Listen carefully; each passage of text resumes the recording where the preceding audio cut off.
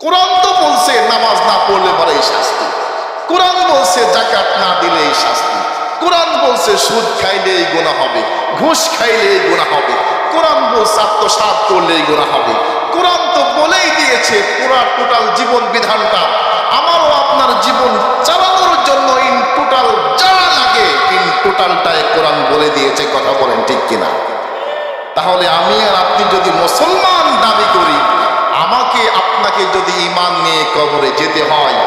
আল্লাহ পাক যেই সংবিধান আমাকে দিয়েছেন, যেই গ্রন্থ আমাকে দিয়েছেন, যেই কিতাব আমাকে দিয়েছেন, এই কিতাবের বাইরে যাওয়ার কোনো সুযোগ আল্লাহ রাব্বুল আলামিন সব শ্রেণীর মানুষকে সব জায়গার জন্য সব ধরনের ভালো কাজের জন্য কবুল করবেন না। রাসূলুল্লাহ সাল্লাল্লাহু আলাইহি ওয়াসাল্লাম হাদিসের ভিতরে জানিয়ে দিচ্ছেন, মান ইউরিদিল্লাহু বিহি খায়রান ইউফাক্কিহু ফিদ্দীন। আল্লাহ রাব্বুল আলামিন যেই ব্যক্তির ভালো চান, যেই ব্যক্তির মঙ্গল আল্লাহ রাব্বুল আলামিন চান, যে ব্যক্তিকে আল্লাহ রাব্বুল আলামিন দ্বীনের জন্য কবুল করেন, কোরআনের জন্য কবুল করেন, আল্লাহ রাব্বুল আলামিন দ্বীনের বুঝ, কোরআনের বুঝ, হাদিসের জ্ঞান ওই ব্যক্তিকে দান করেন। চিৎকার দিয়ে বলেন সুবহানাল্লাহ। তার মানে হচ্ছে নিঃসন্দেহ বলতে পারি আজকের এই বড়দান্নি ইসালে সব মাহফিলে আমরা যারা উপস্থিত হয়েছি, উপস্থিত হওয়ার জন্য বাড়ি থেকে বের হয়েছি, রাস্তার ভিতরে আছি, নিঃসন্দেহে আল্লাহ রাব্বুল আলামিনের কাছে আমরা হলাম প্রিয় মানুষ। কথা বলেন ঠিক কিনা? আল্লাহ রাব্বুল আলামিন আরো জানিয়ে দিচ্ছেন, যেই সমস্ত ব্যক্তিরা কোরআনুল কারীমের মাহফিলে আসবেন, কোরআনকে শ্রবণ করবে, কোরআনের মাসলাকে বোঝার জন্য চেষ্টা করবে, কোরআনের হেদায়েতকে নেওয়ার জন্য কোরআনী মাহফিলে যারা আসবে, তাদের সম্পর্কে আল্লাহ রাব্বুল আলামিন কোরআনুল কারীমের ভিতরে জানিয়ে দিচ্ছেন। আল্লাহ রাব্বুল আলামিন বলেন, ওয়াইদা কুরিয়াল কুরআনু ফাসতামিউ লাহু ওয়া আনসিতু লাআল্লাকুম তুরহামুন। আল্লাহু আকবার। যারা কোরআনুল কারীমকে তেলাওয়াত করবেন, যারা কোরআনুল কারীমের মাহফিলকে শুনবেন, যারা কোরআনকে অনুধাবন করার জন্য, কোরআনকে বুঝার জন্য, কোরআনের মাসলাকে হল করার জন্য, কোরআন অনুযায়ী নিজের জীবনকে চালানোর জন্য কোরআনকে মনোযোগ সহকারে শ্রবণ করবে, আল্লাহ রাব্বুল আলামিন জানিয়ে দিচ্ছেন ওই সমস্ত মানবদেরকে আমি আল্লাহ রাব্বুল আলামিন স্পেশাল ফেরেশতাদের মাধ্যমে রহমতের চাদর দ্বারা ঢেকে নিই। সুবহানাল্লাহ। তার মানে হচ্ছে আজকে এই মুহূর্তে যারা আমরা এই যে কোরআনুল কারীমের মাহফিলে আসলাম, ইসালে সাওয়াবের মাহফিলে আসলাম, যেখান থেকে কোরআন ও হাদিস থেকে আলোচনা করা হবে, আর এই আলোচনাকে শোনার জন্য আমরা যারা নিজের ঘর ছাড়লাম, বাড়ি ছাড়লাম,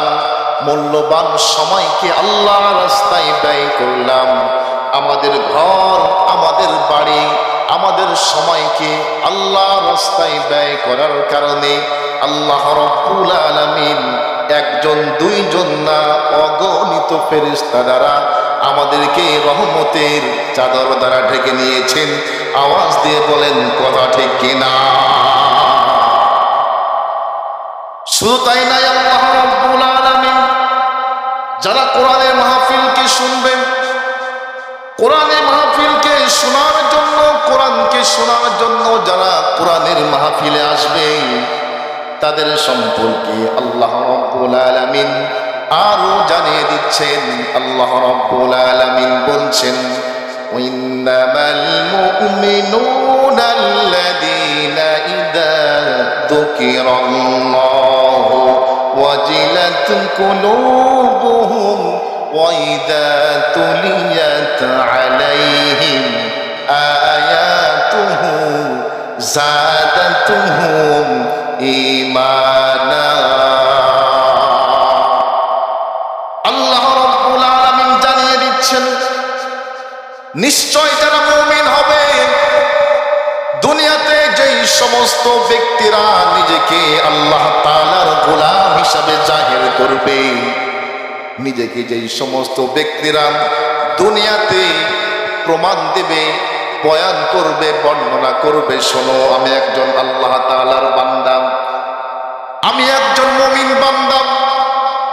ওই ব্যক্তি যদি মুমিন হয়ে থাকে ঈমানদার হয়ে থাকে মুমিন হওয়ার কারণে ঈমানদার হওয়ার কারণে ওই ব্যক্তির সামনে থেকে যদি কোরআনুল কারীম থেকে আলোচনা করা হয়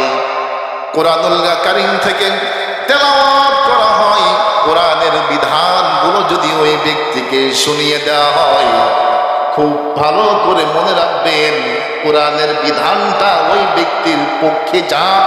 অথবা বিপক্ষে যাক ওই ব্যক্তি যদি ঈমানদার হয়ে থাকেন সাদাতুহুম ঈমানা